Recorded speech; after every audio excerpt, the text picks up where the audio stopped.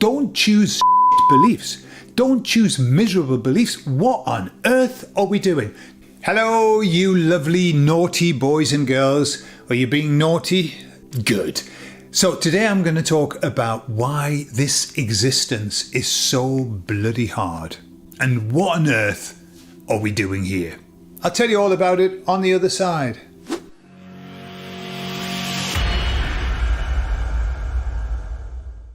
So that's a question that I asked the emissaries. Why is it so hard here? It's like rock hard, isn't it? You know, I know we have nice moments, we have good moments, but generally it's a pile of shit, isn't it? I mean, generally it's fucking awful. And so I wanted to know why. So I said to the emissaries, why? Why?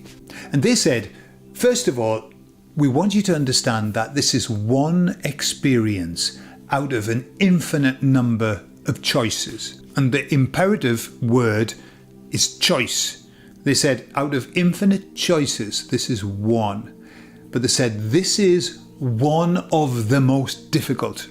Of all of the obstacle courses that we could choose, this one is difficult. There are others that are lovely, like blissful. You want to go and you tend gardens, as we mentioned before, go and be a gardener for a lifetime and go and work with animals for a lifetime and just do beautiful things and maybe just sit and think and meditate. But this is not what this one's about. This one is about coming here, forgetting everything, losing God, being hopeless, left alone, forlorn, forsaken, and then finding God again. And that's why it's a toughie. And they said, you knew this. And this is the bottom line. They said, but you knew this when you came, which may well be true, but it doesn't help because I can't remember knowing it. I can't remember signing that bloody contract. I can't. But they said that I did. And you did too. In fact, it made me laugh because they said, this experience here on this plane, this particular timeline, they said, is spoken about in the corridors of heaven. Because nobody here is spoken about in the corridors of Parliament. No, in the corridors of heaven, they talk about this because it's such a biggie. And they said it's spoken about because it's such an honour to come to this. And when you've done it, it's like you get the gold medal. You get the highest accolade. You hold the cup. Yay, I've been to Earth and I managed to stay the course. And so they said, you should be proud that you chose to come here. Rather than being disappointed, rather than thinking, what the bloody hell, we should be proud. And it's a beautiful reframe as well. You know, reframing's great. It takes you out of victim into victor. Like, I'm proud that I came here. But the emissary said that some people can't manage it. Some souls come here and they can't. They can't because it's so hard and they drop out. One of the ways that they drop out, and it's a way that Dolores Cannon talked about, which is some souls leave the body and go back and are replaced by another soul who's like, I can do this. I can do it. Come on, get out of the way. Get out, let me at them. And then they come here and they go, oh, shit, shit. Now I know why they went back. So they're called walk-ins, I think. But that's one way. And another way, obviously, is where people just end it.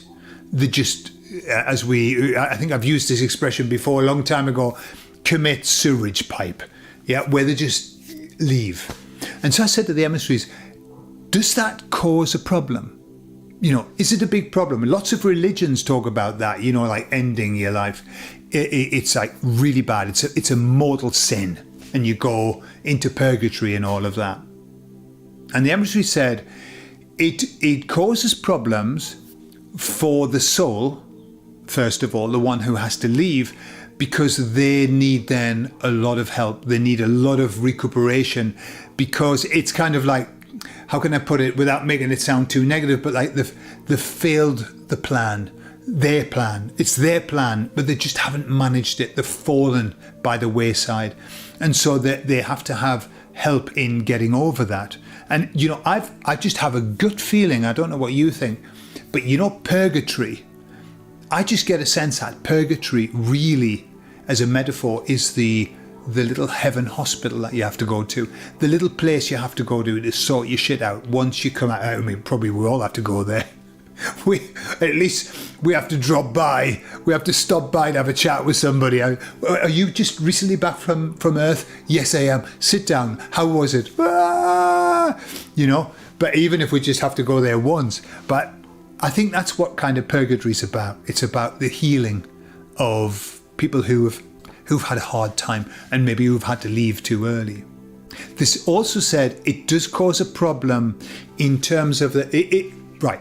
So there are two ways of leaving. One is you've already planned to do that, and that's to help the people around you to experience that or whatever. And the other one is where you haven't planned and you do it. They said that one causes what you might call the glitch in the matrix. It causes a hiccup because there was a very, very, very detailed plan which has then been thrown into disarray. But they said it really, in the long term, it doesn't matter, because their expression was that all roads lead to God. All roads lead back to God. That's what they said, their very words. And so when you do something like that, it might make the road bend a bit, but the road's still going to go back to God. So it isn't such a bad thing. And my guess is that all of us at some point have maybe considered the possibility of how would life be like if we weren't here. I'm sure. And it doesn't mean there's anything wrong with us. In therapy, I've worked with people, and just about every single person, when I ask them, have had some thoughts about maybe ending it all. But they're just thoughts. Just like, I've had thoughts about being sick in somebody's face. I used to have that a lot, though. Those little thoughts that come into your mind that you can't control. And I would be chatting to somebody, I'd be chatting away to them, and my mind would be saying, what would it be like if you vomited now in their face? And I used to think, why are you doing that to me? I'm having a conversation. I don't want to be thinking about vomiting in somebody's face.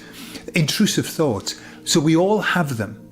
And so it's very common to have these thoughts about, what would life be like if I wasn't here?